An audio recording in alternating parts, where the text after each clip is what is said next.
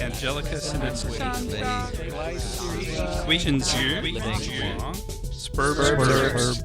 Okay, well, welcome to Spurbs Herbs episode 98. Today we're going to be talking about Jiao Qiang Tāng, and that is Nine-Herb Decoction with Notopterygium. I love saying Notopterygium. So without further ado, we have a lot to cover, so we're going to get straight into it. So today we will be exploring another Chinese herbal formula, Jiao Qiang Tāng, or Nine-Herb Decoction with Notopterygium.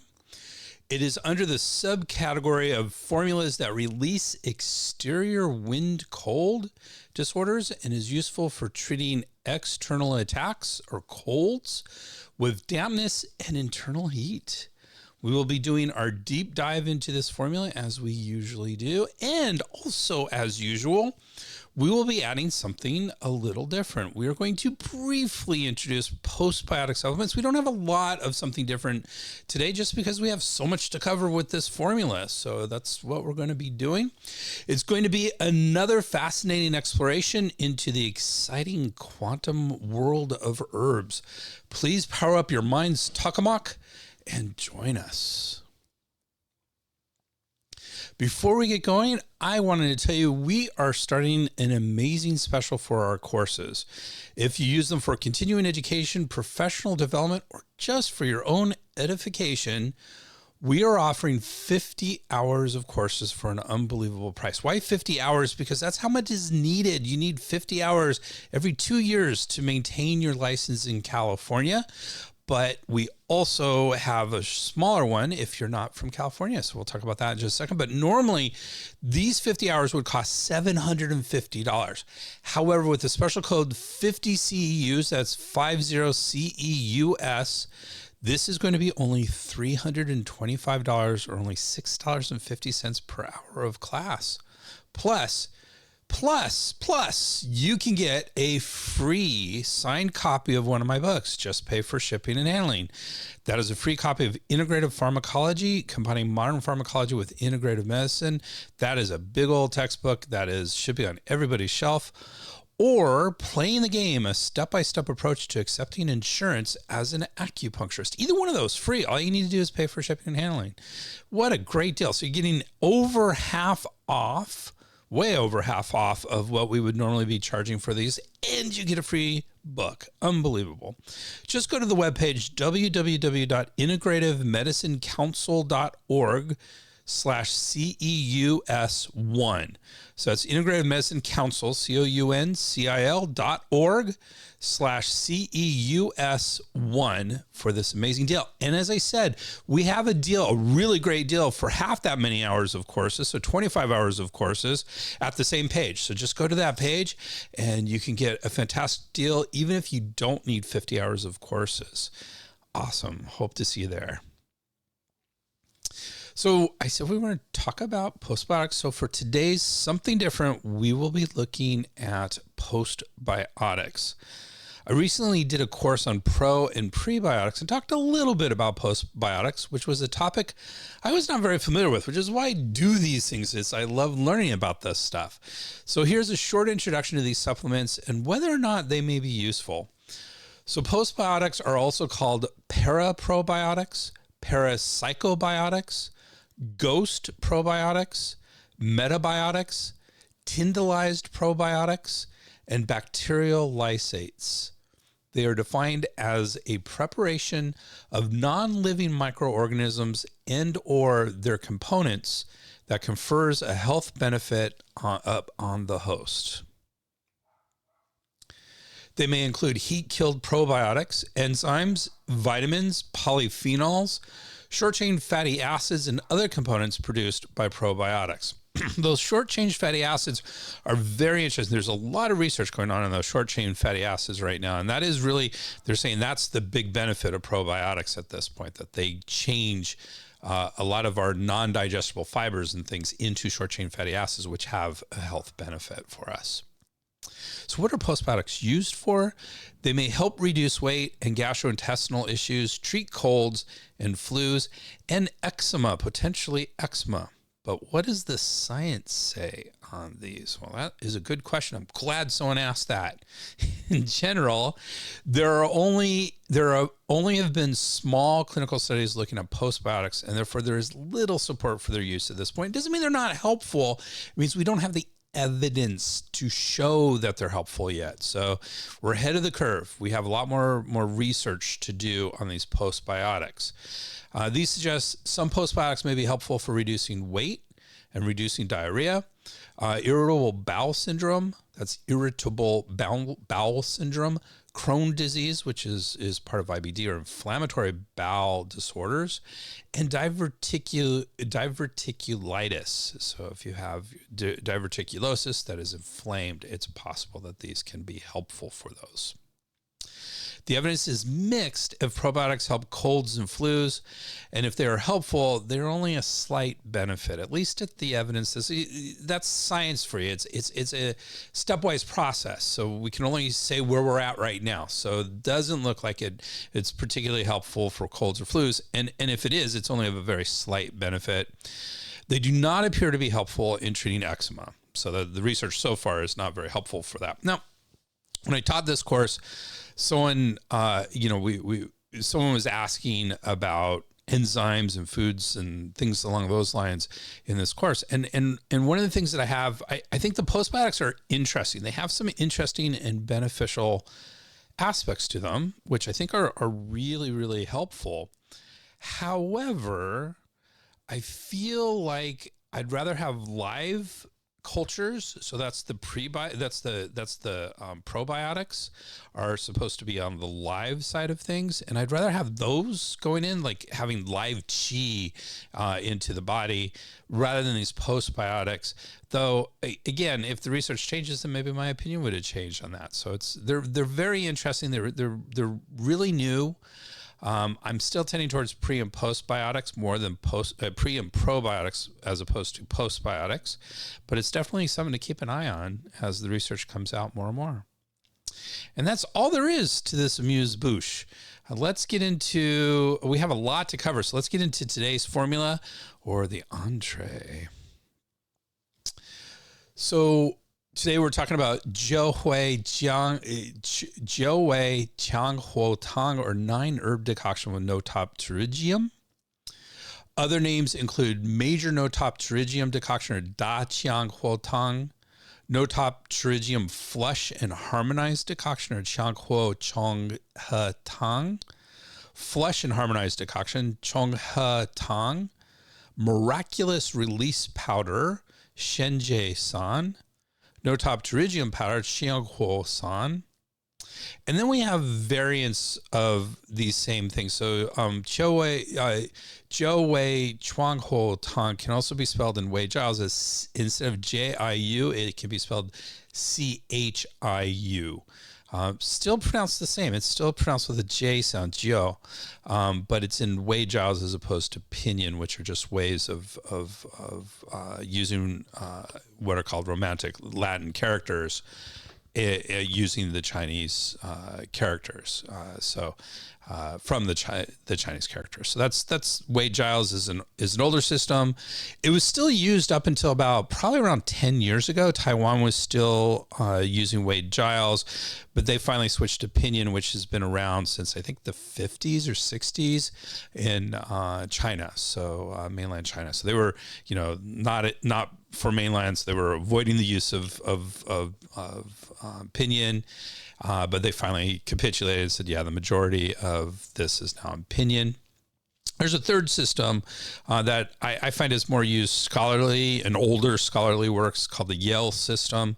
So the two big ones are Wei Giles and pinyin. And we just went totally off topic, which we love. So that's cool. So another one here is we have Jiu Wei Qiāng Huo Tang. Instead of a Q, it's again same word Qiāng, but instead of a Qiang, it's Chiang. Also, 9-flavor Qiāng Huo decoction, and again, that's the Chiang version of Qiāng. Notopterygium decoction with 9 herbs, and Notopterygium 9-herb combination. So, very similar. They're all kind of having similar variations of the same thing. So those are all different names for the same formula. This formula is in the subcategory of formulas that release exterior when cold under the category of formulas that release the exterior. Our other usual formulas textbook, Chinese Medical Herbal Formulas and Applications, Pharmacological Effects and Clinical Research by Chen and Chen, says it is in the acrid and warm exterior releasing formula subcategory under the exterior releasing formulas category, which is basically the exact same category. They just translate it slightly differently. So let's talk about these formulas that release the exterior. And we've discussed these in several previous episodes, but we're going to continue to do that. And Shai et al. Describe the overall category in the following way. When a pathogenic, I get it wrong right off the bat. When a pathogenic influence first penetrates the body, it tends to cause a disorder of the exterior.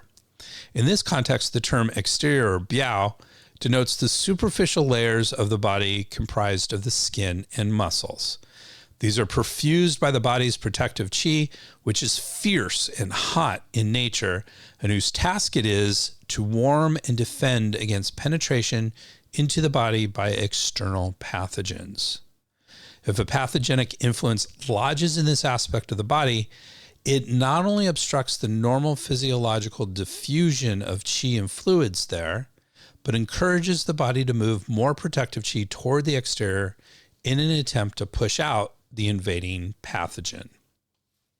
For this reason, exterior disorders are characterized by fever and chills, indicating obstruction of normal physiological warming, even as protective yang in the exterior tends towards excess, head and body aches, indicating obstruction of qi and fluids in the most yang, i.e. exterior portions of the body, and a floating pulse, indicating the movement of protective yang toward the exterior.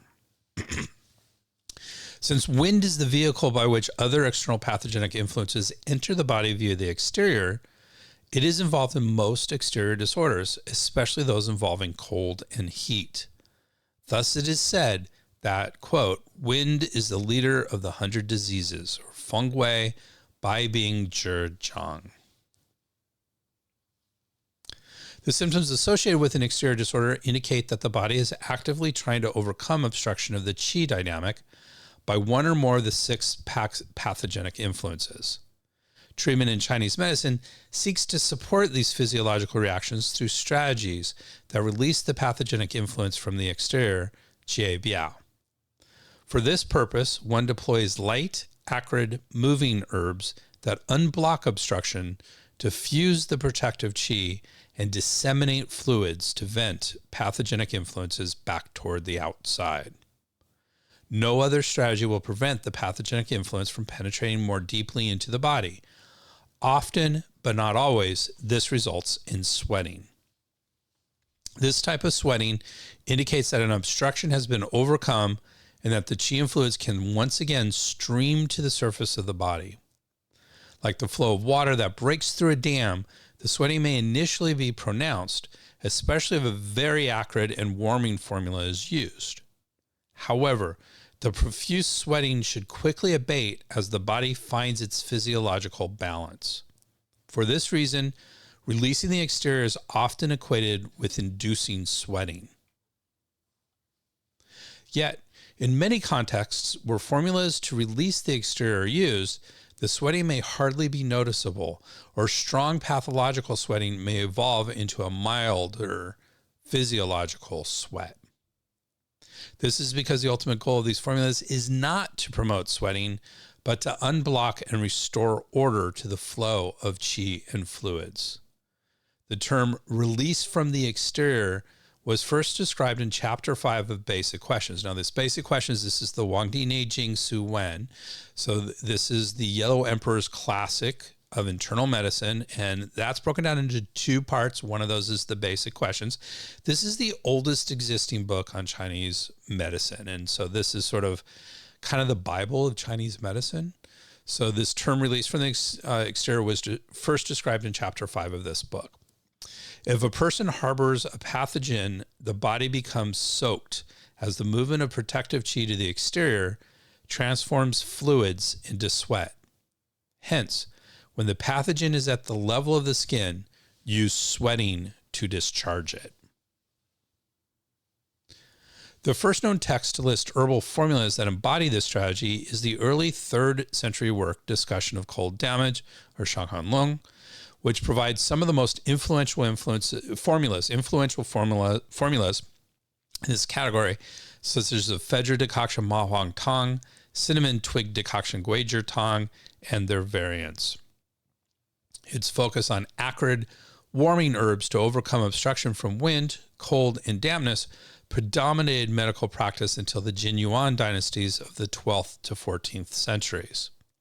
Innovation until then consisted of extending the range of substances used to promote sweating rather than in seeking new areas of application. This changed in the 12th century with Liu Wansu's focus on heat pathogens, which led to the idea that heat in the exterior can occur there directly rather than being due to constraint caused by cold. Venting such heat requires the use of acrid cooling substances, which do not necessarily promote noticeable sweating. The treatment strategies and formulas composed by 17th and 18th century physicians like Ye Tianshi and Wu Ju Tang are associated with the warm pathogen current or school of thought and are most emblematic of this approach. Other innovations stemming from the Jin Yuan era are the combination of exterior venting with tonifying herbs to treat exterior excess combined with deficiency of qi, blood, or fluids in the interior, and the use of herbs to dispel pathogens from specific channels and their associated surface regions. Sweating is the first of the 8 methods of treatment formulated by the 18th century physician Cheng Guopeng, underlining its importance in clinical practice. Yet many practitioners continue to underrate this method. This is unfortunate because the odds of preventing the development of a serious condition are always better when intervention occurs at the early stage of an illness. It is best to treat diseases at the level of the skin and hair. The next best is to treat them at the level of the muscles and flesh. The next best is to treat them at the level of the sinews and vessels.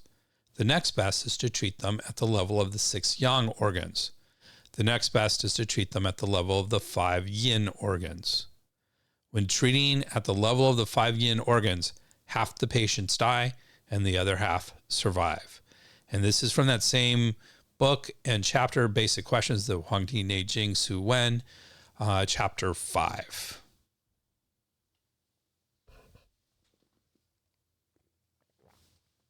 Successful use of the formulas discussed in this category will be aided by paying attention to the following principles. First, accurate diagnosis is essential.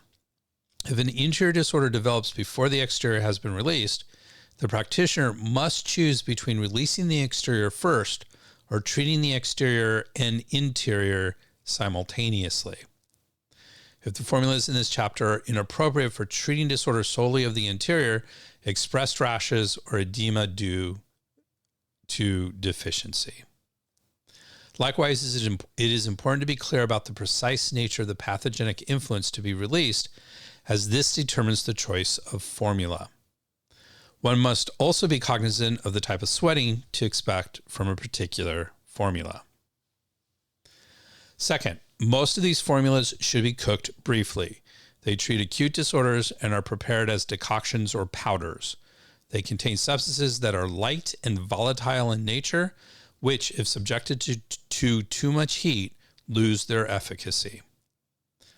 Third, formulas taken hot after meals will provide the best results. Sweating is further encouraged by instructing the patient to bundle up after taking the medicine. As the goal of sweating is not sweating itself, but to assist the function of the protective qi, only a slight sweat over the entire body is needed to release the exterior. Excessive sweating dissipates the qi and fluids.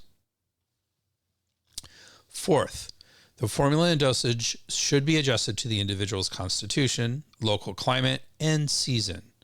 For example, a person who sweats easily, lives in a warm climate, and contracts an illness during the spring or summer requires only mild treatment. On the other hand, A person who does not sweat easily, lives in a cold climate, and contracts an illness in the autumn or winter requires stronger treatment. So that was formulas that release the exterior, but let's talk about the subcategory that this herb is from, this formula is from, formulas that release exterior when cold. So Scheid and his team continue to describe the category. Wind cold disorders are marked by fever and chills predominant, wind and body aches, clear or white secretions, nasal discharge and sputum, and a floating pulse. There are many types of wind cold disorders, and all require the use of formulas that release pathogenic influences from the exterior by inducing sweating. By definition, all exterior cold disorders are excessive in nature. Depending on the body's defensive reaction, two major types can be differentiated in practice: cold damage, or Shanghong, and wind attack, or Zhongfeng. Cold damage is characterized by a strong defensive reaction to a strong pathogen. Cold blocks the circulation of protective qi and fluids in the outer layers of the body and closes up the interstices and pores, which prevents sweating. Meanwhile, internally, the constraint of protective and nutritive qi causes high fever and severe body aches. Patients displaying this pattern require a formula that strongly induces sweating. If the defensive reaction is characterized by disorder and disruption rather than complete obstruction, it is termed wind attack. In this case, although there is sweating, the condition does not improve. This is because the protective qi is unable to expel the pathogen. Treatment still requires sweating, but it must be accompanied by appropriate regulation and harmonization of the relationship between the protective and nutritive qi so that the sweating will achieve the goal of expelling the pathogen. The lungs focus on the skin and surface of the body and govern the dissemination and clarification of qi. Cold, externally contracted diseases often enter through the skin and disrupt the downward directing functions of the lungs, with such symptoms as cough and nasal congestion. Because cold has a tendency to congeal, which can lead to headaches and body pain from constraint and stagnation of the nutritive aspect, often warm, acrid, exterior-releasing herbs are matched with those that invigorate the blood and unblock the vessels. The tendency of cold to cause contraction also affects the fluids, transforming them into dampness or phlegm. There we go. That's our introduction to the categories, category and subcategory of this formula. So let's talk about the Chinese medical actions of this formula. So Scheid and his team say this formula, which is one of our major textbooks, say this formula induces sweating and dispels dampness while simultaneously draining interior heat. Chen and Chen, which is our other major textbook for formulas, say it induces diaphoresis or sweating and dispels dampness and clears interior heat. So basically, the Chinese medical actions are agreed upon by both of these textbooks. So let's talk about the indications, the Chinese medical indications. So that's the actions, that's what the formula does. But why would we take it? What are we looking for? What indications are we looking for this formula? So Scheid et al. Say this formula can be used for fevers and chills predominant, without sweating, headache, stiff neck. So it's without sweating and it has headache, stiff neck, generalized aches and pain, slight thirst, a bitter taste in the mouth, a white tongue coating, and a floating pulse. This is externally contracted wind-cold dampness with concurrent internal accumulation of heat, characterized by fever and chills, with chills predominant, an absence of sweating, headache, and a stiff neck. The predominance of chills and the generalized aches and pains are the primary markers of externally contracted cold dampness. Heat accumulating internally produces slight thirst and a bitter taste in the mouth. The white tongue coating and floating pulse indicate that the pathogenic influences remain in the exterior.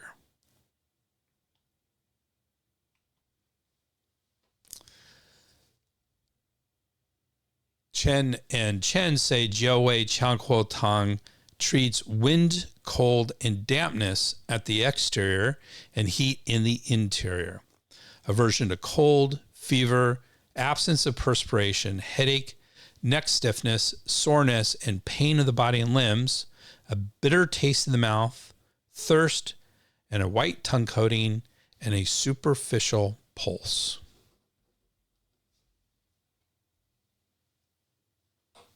So what's the history of this? So both Scheid and their team and Chen both agree on the source for this formula, which is this Sishi Nanzhi, or hard-won knowledge, by Huang Hao Gu in 1308. So that's a relatively later formula. Like we said earlier, a lot of these formulas are based on cold damage or Shanghan Lung, and that's in the 3rd century. So this is 1,000 years after that. Over 1,000 years after that. So this is it's not, it's still, we're still 800 years or 700 years away from it. So it's still a while ago, but it's not one of the earlier formulas. Scheid and his team discusses the history of the formula under its commentary. Although this formula was not recorded until the Yuan dynasty, many commentators attribute its composition to the Song dynasty physician Zhang Yuansu, the founder of the Yi Shui current in Chinese medicine, named after his native district in what is now Hebei province. He was the teacher of Li Dongyuan and Wang Haogu. We mentioned Wang Haogu just a few minutes, as the author of this formula. But we also, Li Dongyuan is a major, he kind of established the spleen and stomach school of Chinese medicine. He's very famous. So he's the teacher of both of these famous doctors. All of these physicians belong to a movement that rejected many of the pre-Song assumptions in medicine. This formula is typical of their style of prescribing, which encompassed 3 important innovations. First, a focus on the ascending and descending movement of the qi dynamic. Second, a concern with the action of herbs on particular channels. And third, a moving away from the use of fixed formulas for given conditions toward the idea of formulas as constituting models that could be flexibly adapted to the actual presenting signs and symptoms in clinical practice. Okay, so that was a little bit of the history there. Let's talk about the ingredients in this formula. So the first ingredient, it's Notopterygium formula. So our first ingredient is Notopterygii rhizoma subradix, so that's rhizomes and root, or Qiāng huo. And in this formula, we're using 4.5 grams powdered traditionally, but in decoctions today, we use 6 grams. It is from the warm, acrid herbs that release the exterior category, and its functions are it releases the exterior and disperses cold, unblocks painful obstruction and alleviates pain, guides qi to the greater yang channel and governing vessel. And in this formula, according to Scheid and his team, the chief herb, aromatic Notopterygii rhizoma subradix Qiāng huo, is the principal substance in the materia medica for dispersing exterior wind, cold, dampness. There you go. That's why it's here. Our second herb is Sapashnacovia radix, or feng feng, which again we're using traditionally is 4.5 grams, but 6 grams in decoction. And again, it's from the warm acrid herbs that release the exterior.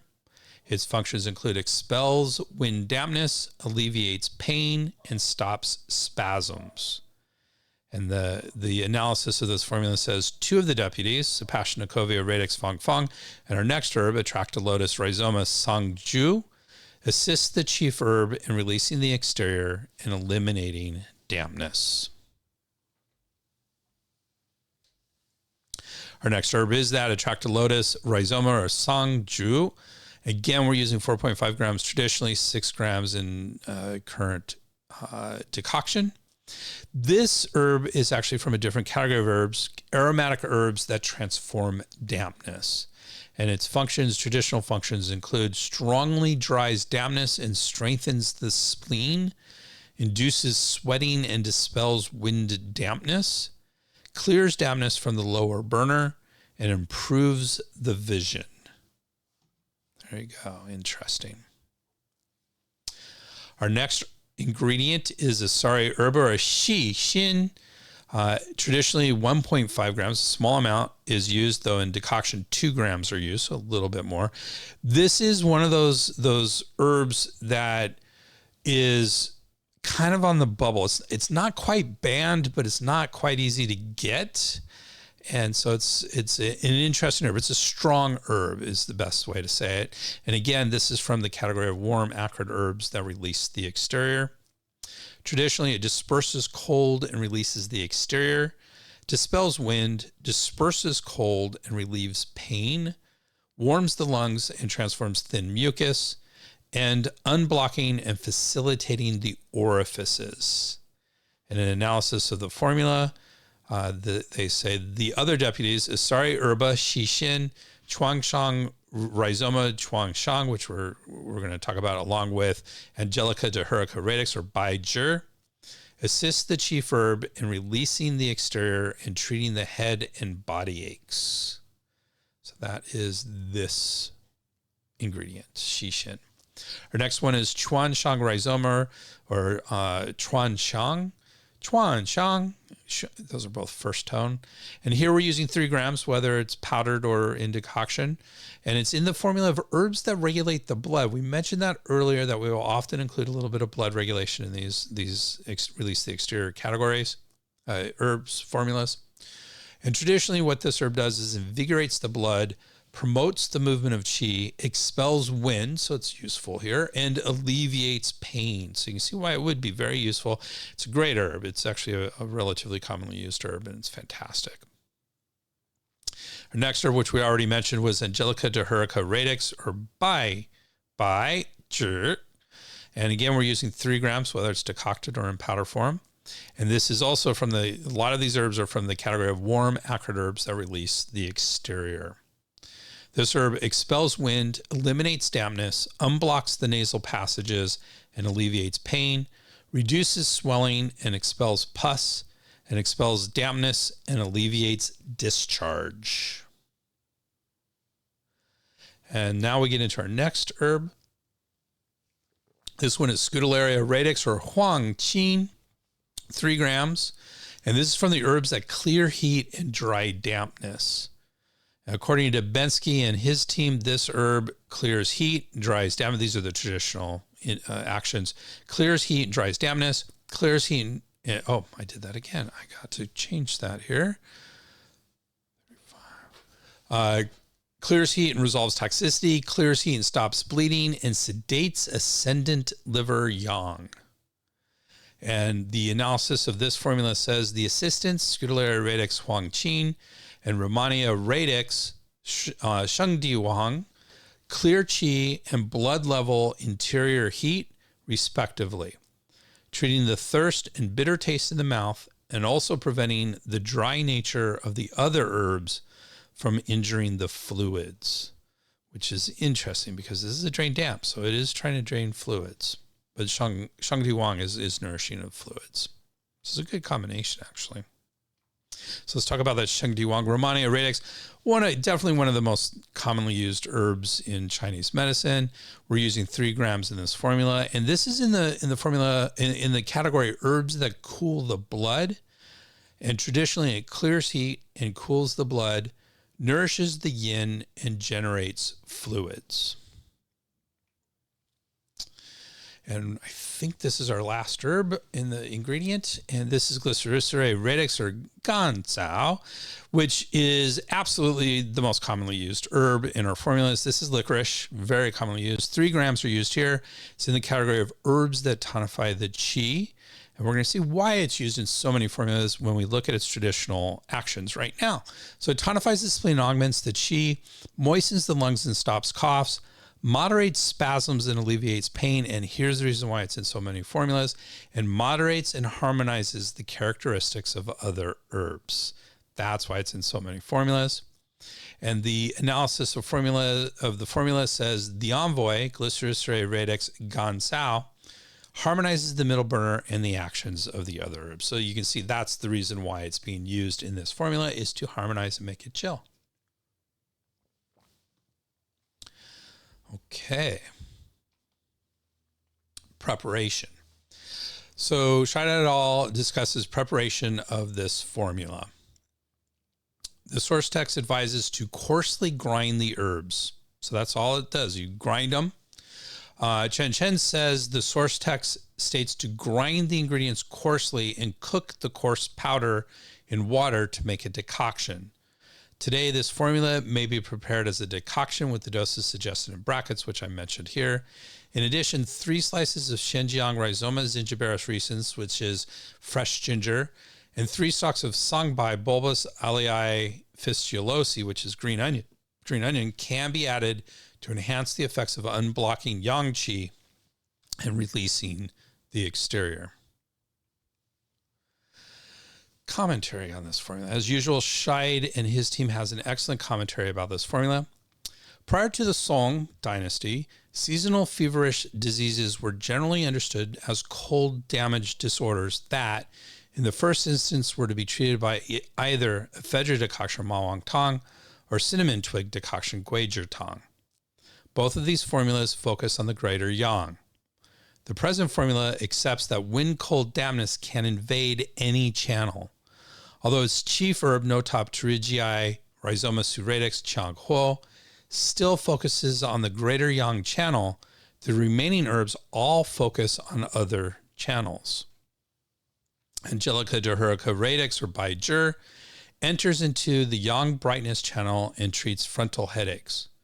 Attractor lotus rhizoma Sangju dispels dampness from the foot greater yin, allowing the clear qi to ascend and the turbid to descend. Chuanshuang rhizoma, or Chuanshuang, enters into the foot terminal yin channel and treats headaches at the crown of the head. Asari herba, or Xixin, enters into the foot lesser yin channel and opens the collaterals, while Sapashnikovia radix Fang Feng is considered to be a generalized wind herb that can enter into any channel to treat pain in the entire body. Scutellaria radix Huangqin enters the hand's greater yin to drain heat accumulation from the chest. And Romana glutinosae radix, or Shengti Huang, depending on which text one follows, clears heat from the blood aspect of either the hand or foot greater yin. In this way, the formula extends its indications to all types of headache, as well as to painful obstruction patterns in any of these channels. In practice, the precise composition of the formula must be adjusted according to the location of the problem and the predominance of one pathogen over others. In Chinese medicine, this type of prescribing is referred to as discussing treatment on the basis of channel distribution, or Fenjing Lun. As the source text notes, one should examine the difference in the channels in the front and the back, on the left and right. Depending on differences in occurrence, intensity, and severity of symptoms, one increases or decreases the amount of individual herbs. If one sticks to this, one achieves miraculous results. A precedent for the use of acrid warm medicinals that induce sweating to resolve the exterior with cold herbs to treat internal heat accumulation already existed in Zhangzhang Jing's major blue-green dragon decoction, or Da Qing Long Tang. The disease mechanism, treatment strategy, and herbs used differ. However, in each case, major blue pleurum dragon decoction treats heat, Da Qing Long Tang, treats heat from constraint caused by cold fettering the exterior, which manifests as irritability and restlessness. In order to open this constraint, it relies on the cold and acrid herb Gypsum fibrosum, or Shirgao. And the reasoning underlying Shang Yuan Su's formula, it is assumed that dampness predominates, generating damp heat in the interior, particularly in persons with pre-existing dampness. For this reason, Qiāng uses the bitter cold herb Scutellaria radix huangqin, which dries dampness and drains heat. The very acrid nature of the formula, necessary in order to promote sweating, dry dampness, and open the channels, readily injures the fluids, making the inclusion of a cold moistening herb like Rehmannia glutinose radix shengdi huang advisable. Influential commentators like Xu Da Chun, Wang Shugao, and Fei Bo Qiang argue, however, that the use of such a thick and cloying herb is only necessary if the heat is severe and the dryness is pronounced. In all other cases, they suggest the use of either Angelica sinensis radix or Dongui or radix paeonia xiaoyao. While treating patients with a disposition toward damp phlegm retention, modern practitioners go one step further and remove Rehmannia glutinose radix shengdi huang, substituting herbs that move the qi and transform dampness, such as Magnolia officinalis cortex or whole po, and Citrus reticulate pericarpium, chen pi. The combination of acrid warm herbs, thought to have an ascending nature with bitter cold herbs that direct qi downward, must also be viewed against the increased importance that the genuine innovators attached to the qi dynamic. These physicians reasoned that herbs like Notopterygium, Rhizoma radix, Qiāng Huo, Sapassionicovia radix, Feng Feng, or Atractylotus rhizoma, Sang Ju, raise the clear qi, a dynamic that not only corresponds to that of the spleen, but also to that of the lesser yang, and by implication to spring. This ascending movement dries dampness in the same manner that the warm spring winds dry the earth. It is for this reason that these herbs are also known as wind herbs or feng yao. And that's our commentary from Scheid. Chen also have a little small commentary, and they say Jiao Wei Qiang Huo Tang is a formula that can be used in all four seasons to treat conditions characterized by wind, cold, and damp factors at the exterior with heat in the interior. The main diagnostic symptoms include fever, aversion to cold, headache, absence of sweating, muscle aches and pains, a bitter taste in the mouth, and slight thirst. Modifications. So Scheid and his team discussed many modifications for this formula. For upper back and shoulder pain, add Gentianae, Macrophylla radix, or Qinjiao. Where there is an absence of thirst or bitter taste in the mouth, remove Scutellaria radix huangqin and Rehmannia radix shengdi huang.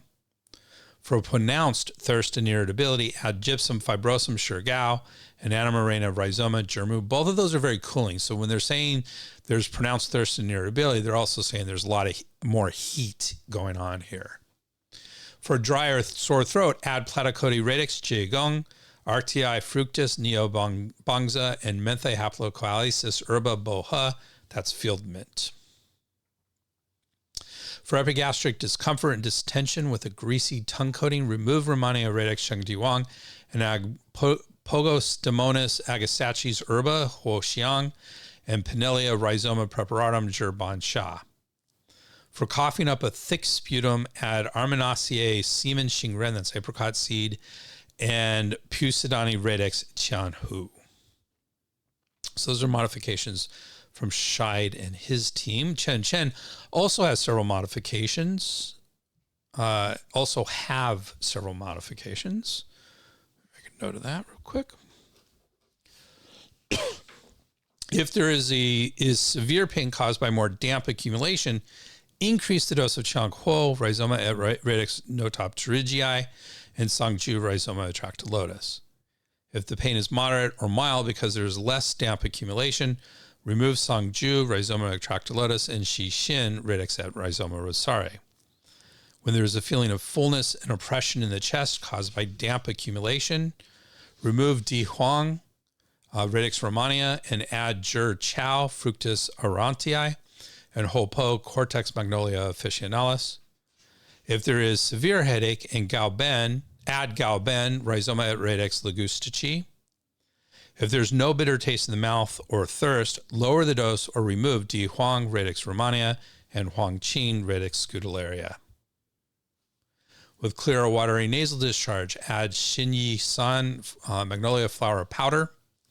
If accompanied by cough, add Cushing Ren, Semen Arminaceae amarum, and Jirsho San stop coughing powder.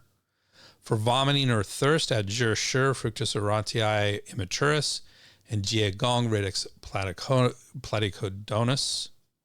To enhance the exterior releasing functions, add Songbai, bulbous alii fistulosa, that's green onion, and Shenjiang rhizoma zingiberis recens, that's fresh ginger. We mentioned that earlier from Scheid et al. And that's all our modifications on this formula. That's a bit. So let's compare this formula. Scheid et al. Does compare this formula to another formula, and all other formulas treating exterior conditions. So it's kind of an interesting, it's all formulas treating exterior conditions, as well as a specific formula as well. Okay, so let's talk about other formulas that treat exterior conditions and how it compares to this. Although Nine-Herb Decoction with Notopterygium, Jiaowei Qiāng Tāng was specifically composed to treat exterior disorders, irrespective of the season, great care should be taken to distinguish its indications from those of ephedra decoction, Ma Huang Tang, and cinnamon twig decoction, Gui Zhi Tang, which do not treat dampness. In fact, it is the close association between dampness and the middle burner as the fulcrum of the qi dynamic that makes the focus on ascending and directing downward so important in understanding this formula. Its use should also be distinguished from formulas like three-seed decoction, Sanren Tang, whereas these formulas treat the simultaneous invasion of dampness and heat from the outside. Nine-Herb Decoction with Notopterygium, Jiaowei Qiāng Tāng, drains heat that accumulates in the interior because cold dampness inhibits the qi dynamic. Notopterygium decoction to overcome. So that's all other formulas. Now the other formula that this is compared to is this one. Is Notopterygium decoction to overcome dampness, or Qiāng Sheng Shi Tang. So similar, instead of Qiāng the formula that we're talking about here, it's a slightly different formula. It's Qiāng Sheng Shi Tang. Both formulas treat systemic wind dampness.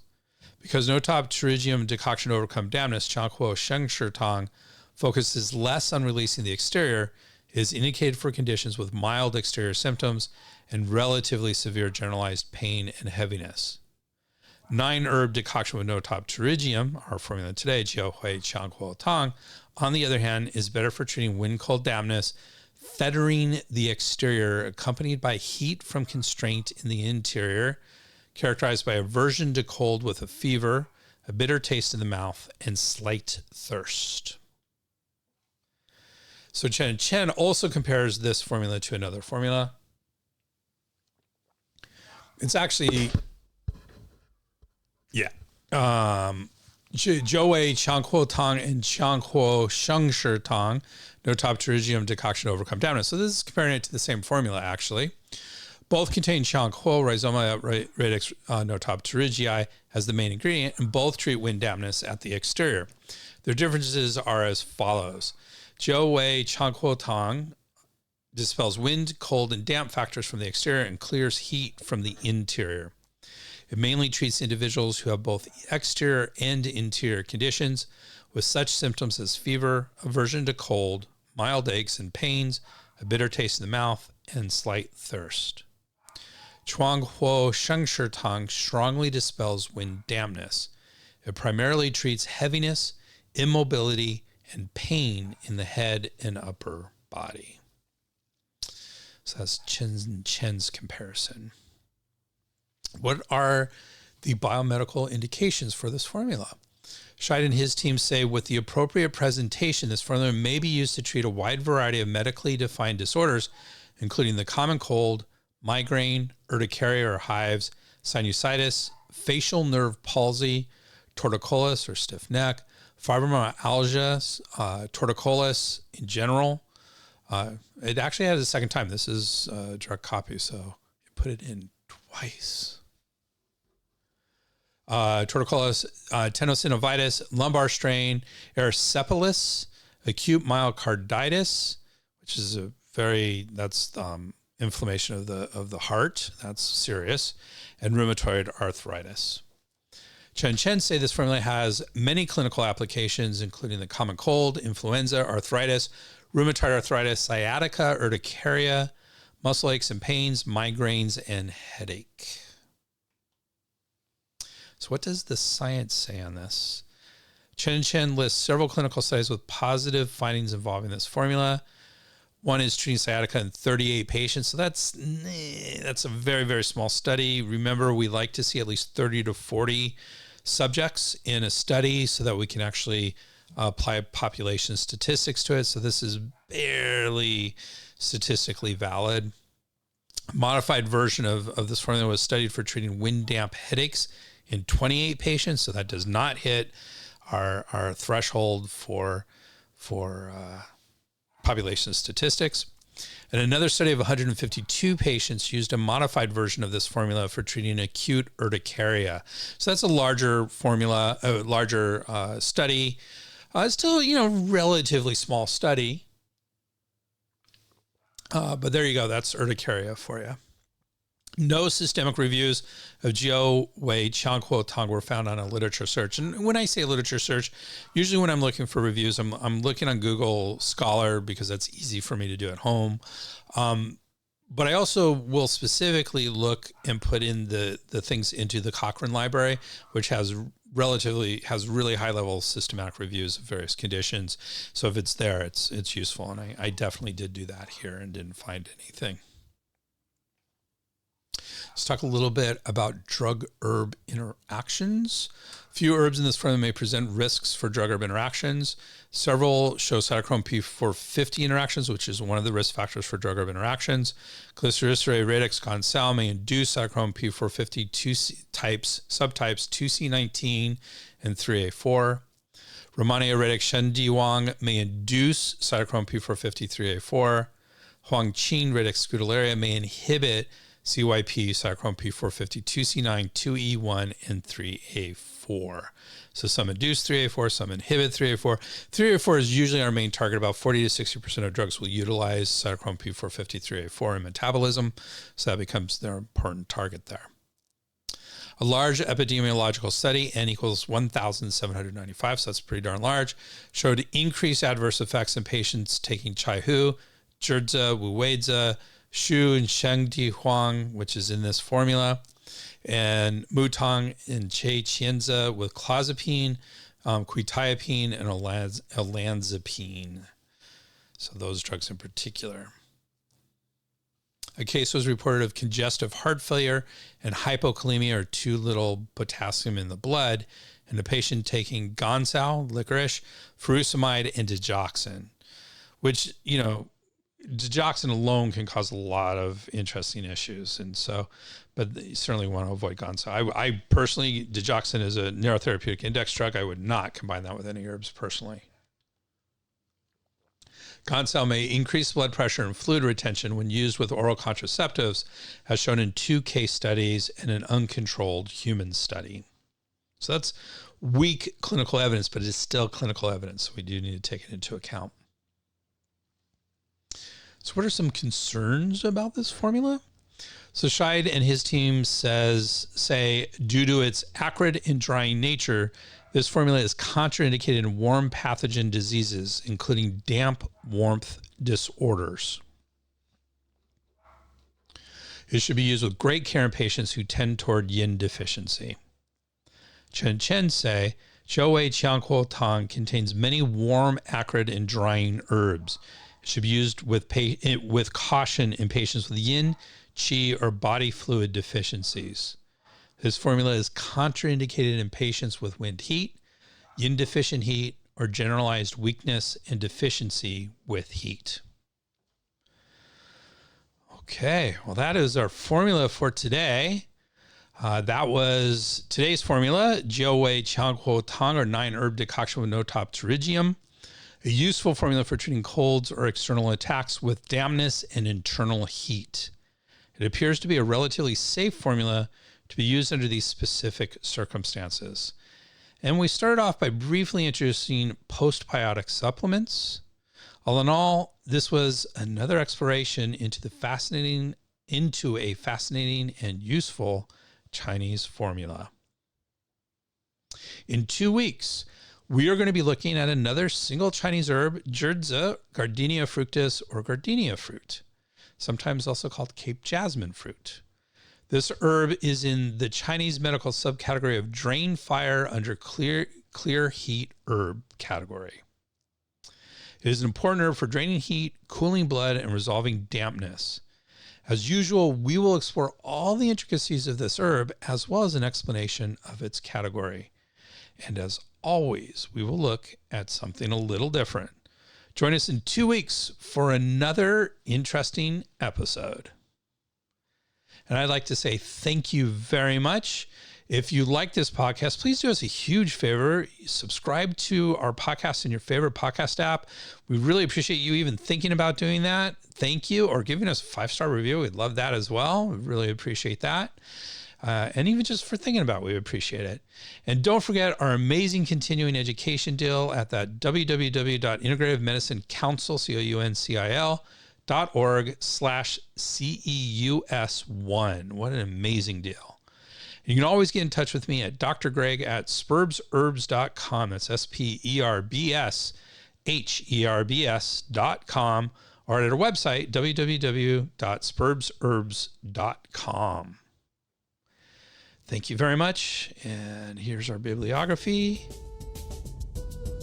And thank you. Spurbs Herbs. The proceeding was presented by Dr. Greg Sperber. We would like to thank Janelle for all her support and everybody else who contributed to this program. Janelle. Timothy Dobbins. Rogers. Campbell.